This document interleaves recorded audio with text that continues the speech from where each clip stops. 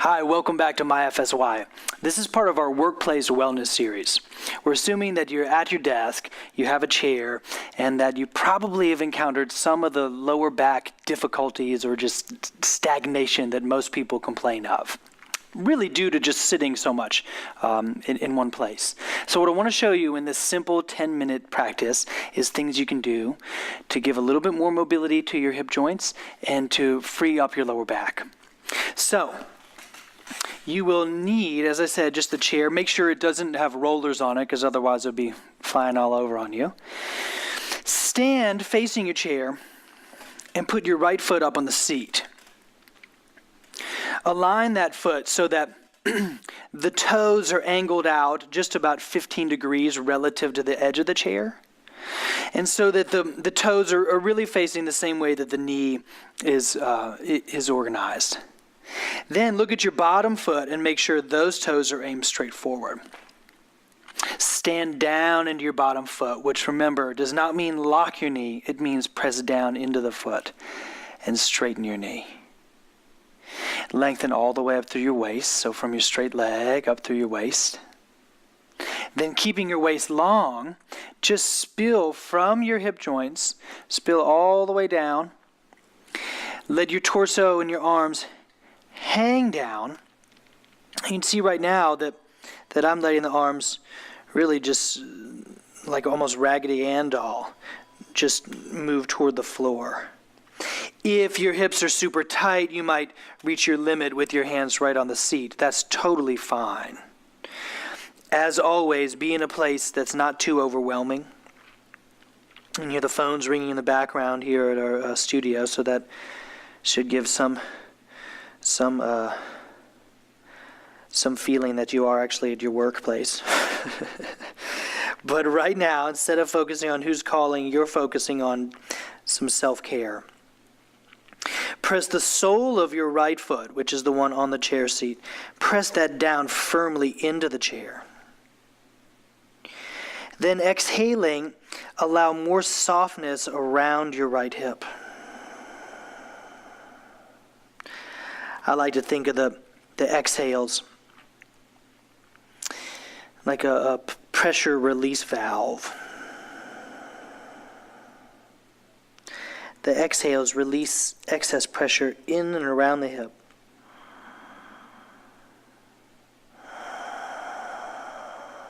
And you start to kind of soften deeper and deeper into the pose. Come all the way up with your hands on the chair seat. Renew the press of your feet. And then lift the torso the rest of the way up. Super simple. It's really the chair equivalent of what we do oftentimes in our regular practice called the lunge pose. Turn your chair around so that you can do it on the other side. Same as well, you can have your left foot on the sole of the chair.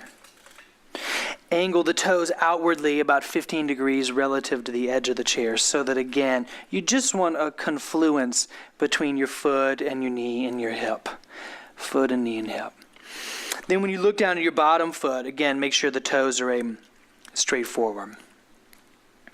So you stand into that supporting leg to lengthen up. Not just through the leg, but all the way up through your side waist. Then from your hips, which is super important, remember, don't collapse your chest and round your spine.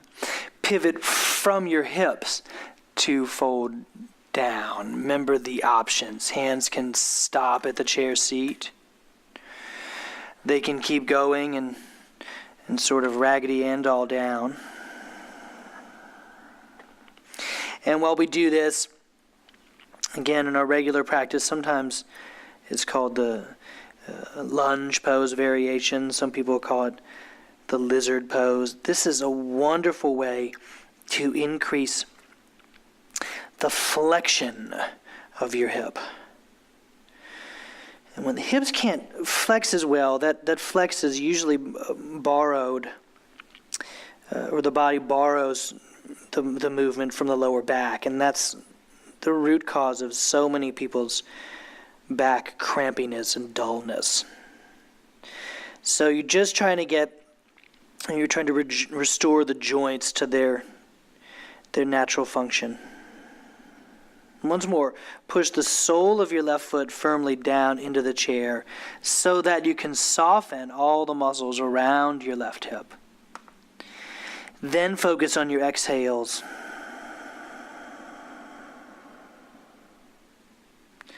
The exhales, the pressure release valve, the undoing. One more.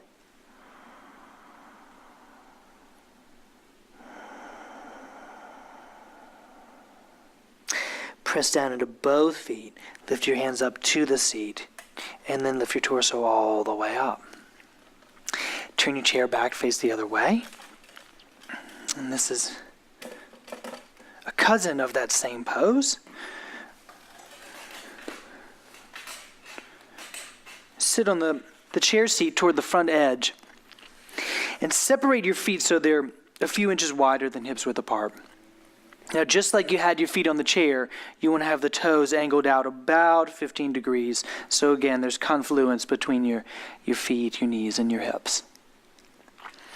Then make the feet firm into the ground, which never means firm your teeth. Keep your teeth nice and soft. Just firm the feet in the ground. Try to recapture the length of your waist that you just had when you were standing. And from here, pivot again from your hips. So you fold down with a long, long torso. Note, this will not be very good for your back if you round your back and collapse your chest. So this is the quote-unquote wrong way to do it. Try not to have rights and wrongs in yoga, but that's the less than optimal way to do it. To optimally, you keep your spine long and move from your hips. And if your feet are nice and firm, and you let the muscles around your hips be soft, it should feel really good for your back. Really good for your back to spill down. Now you'll see at a certain point, I let my spine round. I'm going to let it start to round because it is a forward bending shape. And in that roundness, you'll feel that the muscles of your back start to broaden. If it's available to you, walk your hands back to the chair feet. Don't be overzealous, but start to pull. Pull the chair feet with your hands. Feel the majority of the movement happening at your hips. So it's fine for your back to be rounding a bit, because that will, as I said, relax your back muscles. But feel the majority of the movement happening right at your hips. And again, just a few exhales.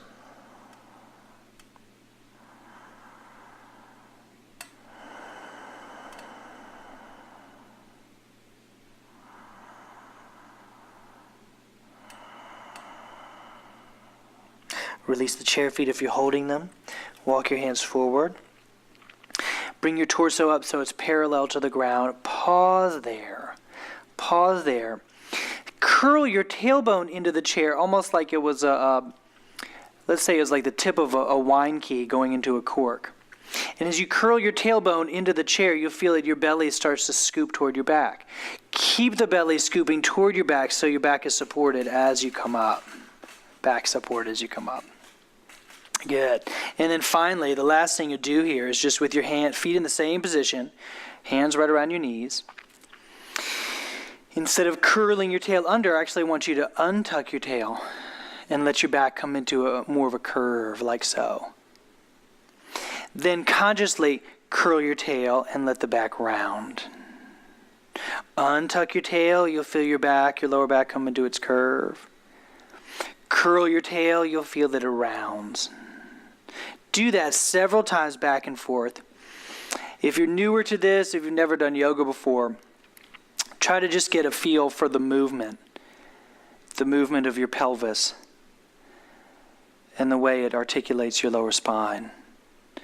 But if you do have a yoga practice, or you feel like you have the hang of this, see if you can coordinate your movements with your breath. As you exhale, you curl the tail. As you inhale, you uncurl the tail. Exhale, curl tail. Inhale, uncurl tail.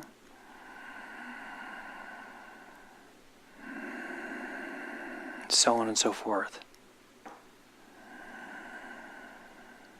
Now begin to whittle those movements down. So you make them a little smaller. And I want you to see if you can find somewhere between those two extremes where you're not curling or uncurling, but neutral. And I believe if you find that neutral place for your pelvis, your lower back will be almost empty. You almost feel like you don't even have a lower back because it's so well aligned. Super simple, just 10 minutes. But I hope you've enjoyed the way your lower back feels right now. See you next time.